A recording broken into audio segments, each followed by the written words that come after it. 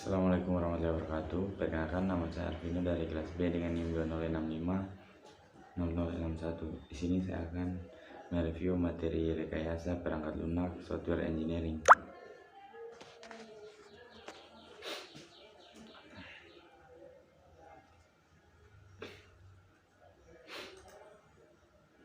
Yang pertama, sejarah software engineering. Istilah software engineering digunakan pertama kali pada akhir 1950-an dan awal 1960-an. Saat itu masih terdapat perdebatan tajam mengenai aspek engineering dari pengembangan perangkat lunak. Kemudian 1968 dan 1969 Komite Sains NATO mensponsori dua konferensi tentang rekayasa perangkat lunak yang memberikan dampak kuat terhadap pengembangan rekayasa perangkat lunak. Kemudian di sini ada pengertian dasar. Istilah rekayasa perangkat lunak RPL secara umum disepakati sebagai terjemahan dari istilah software engineering. Istilah software engineering mulai dipopulerkan pada tahun 1968 pada Software Engineering konferensi yang diselenggarakan oleh NATO. Sebagian orang mengartikan RPL hanya sebatas pada bagaimana membuat program komputer. Kemudian sini perangkat lunak adalah seluruh perintah yang digunakan untuk memproses informasi. Kemudian sini ada pengertian dasar. Pengertian RPL sendiri adalah suatu disiplin ilmu yang membahas semua aspek produksi perangkat lunak, mulai dari tahap awal yaitu analisa kebutuhan pengguna, menentukan spesifikasi dari kebutuhan pengguna, desain, pengkodean, pengujian, sampai pemeliharaan sistem setelah digunakan.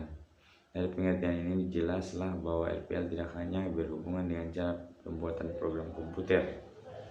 Pertanyaan semua aspek produksi pada pengertian sebelumnya mempunyai arti semua hal yang berhubungan dengan proses produksi seperti manajemen proyek, penentuan personil, anggaran biaya, metode, jadwal, kualitas, sampai dengan pelatihan pengguna merupakan bagian dari RPL. Kemudian di sini ada perangkat lunak software.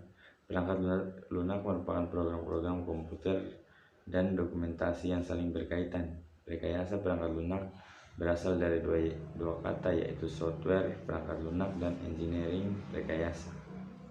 Perangkat lunak software adalah source kode pada suatu program atau sistem, sementara engineering atau rekayasa adalah aplikasi terhadap pendekatan sistematis yang berdasar atas ilmu pengetahuan dan matematis serta aplikasi tentang produksi terhadap struktur, mesin, produk, proses, atau sistem. Rekayasa perangkat lunak adalah suatu disiplin rekayasa yang berkonsentrasi terhadap seluruh aspek. Kemudian di sini ada perkembangan rekayasa perangkat lunak. Meskipun baru dicetuskan pada tahun 1968, namun RPL telah memiliki sejarah yang cukup panjang. Dari sisi disiplin ilmu, RPL masih relatif muda dan akan terus berkembang. Arah perkembangan yang saat ini sedang dikembangkan antara lain meliputi tahun 1940-an komputer pertama yang membolehkan pengguna menulis kode program. Ini sampai 1940, perkembangannya sampai 2000-an, tahun 2000-an. Kemudian sini ada ruang lingkup rekayasa perangkat lunak software. Rekayasa perangkat lunak telah berkembang sejak pertama kali diciptakan pada tahun 1940-an hingga kini. Fokus utama pengembangan adalah untuk mengembangkan praktek dan teknologi untuk meningkatkan produktivitas para praktisi pengembangan perangkat lunak dan kualitas aplikasi yang dapat digunakan oleh pemakai. Kemudian lanjut di sini, software engineer terbagi menjadi software requirement, proses, software quality, tool and method, software design, management, software construction, software testing, software maintenance, dan konfigurasi manajemen. Kemudian tujuan rekayasa perangkat lunak. Di sini ada 3 tujuan dari RPL, yaitu menghasilkan perangkat lunak yang berkualitas, menghasilkan perangkat lunak yang efisien, dan menghasilkan perangkat lunak tepat waktu. Faktor-faktor yang melatar belakangi munculnya RPL: 1. Ketidakmampuan organisasi memprediksi waktu, usaha, dan biaya untuk membangun perangkat lunak. Perubahan nisbah atau rasio biaya perangkat keras terhadap harga perangkat lunak. Kemajuan pesat perangkat keras, kemajuan dalam teknik pembuatan perangkat lunak, tuntutan yang lebih tinggi terhadap jumlah perangkat lunak dan yang lebih tinggi terhadap mutu perangkat lunak, dan meningkatnya peran pemeliharaan. Kemudian sini ada rekayasa perangkat lunak dan disiplin ilmu lain. Cakupan ruang lingkup yang cukup luas membuat RPL sangat terkait dengan disiplin dengan bidang ilmu lain, tidak saja sub-bidang dalam disiplin ilmu komputer, namun dengan beberapa disiplin ilmu lain di luar ilmu komputer. Hubungan berkaitan RPL dengan ilmu lain dapat dilihat di gambar. Yang pertama di sini, RPL itu berhubungan dengan manajemen, matematika, ergonomika, manajemen kualitas, manajemen proyek, dan rekayasa sistem. Kemudian di sini ada 5 rekayasa perangkat lunak dan disiplin ilmu. Di antaranya bidang ilmu manajemen meliputi akuntansi, finansial, pemasaran, manajemen operasi, ekonomi, analisis kuantitatif, manajemen sumber dan daya manusia, kebijakan dan strategi bisnis. Bidang ilmu matematika meliputi aljabar, linear, kalkulus, peluang, statistik, analisis numerik, dan matematika diskrit. Kemudian bidang ilmu manajemen proyek meliputi yang berkaitan dengan proyek seperti ruang lingkup proyek, anggaran, tenaga kerja, kualitas, dan lain-lain.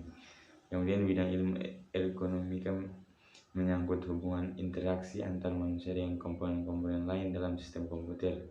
Bidang ilmu rekayasa sistem meliputi teori sistem, analisis biaya, keuntungan, pemodelan, simulasi proses, dan operasi bisnis. Kemudian di sini ada sifat dan karakteristik software. Software merupakan elemen sistem logik dan bukan elemen sistem fisik seperti hardware. Elemen itu tidak aus tetapi bisa rusak. Elemen software itu direkayasa atau dikembangkan dan bukan dibuat di pabrik seperti hardware. Hardware manufactured, well out, well asing, komponen, dan relatively simple. Software developed, engineered, deteriorated, custom built, dan kompleks. Kemudian sini ada kategori perangkat lunak secara umum. Kategori perangkat lunak secara umum dapat dikelompokkan sebagai berikut. Perangkat lunak sistem, kumpulan program yang ditulis untuk melayani program-program yang lain seperti compiler, editor, dan utilitas pengatur file.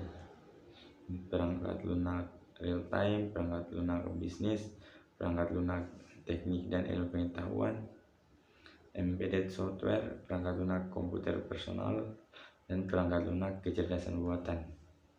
Kemudian sini ada tipe-tipe software, yang ada 3 di sini, yaitu sistem software, aplikasi software, dan engineering and scientific software.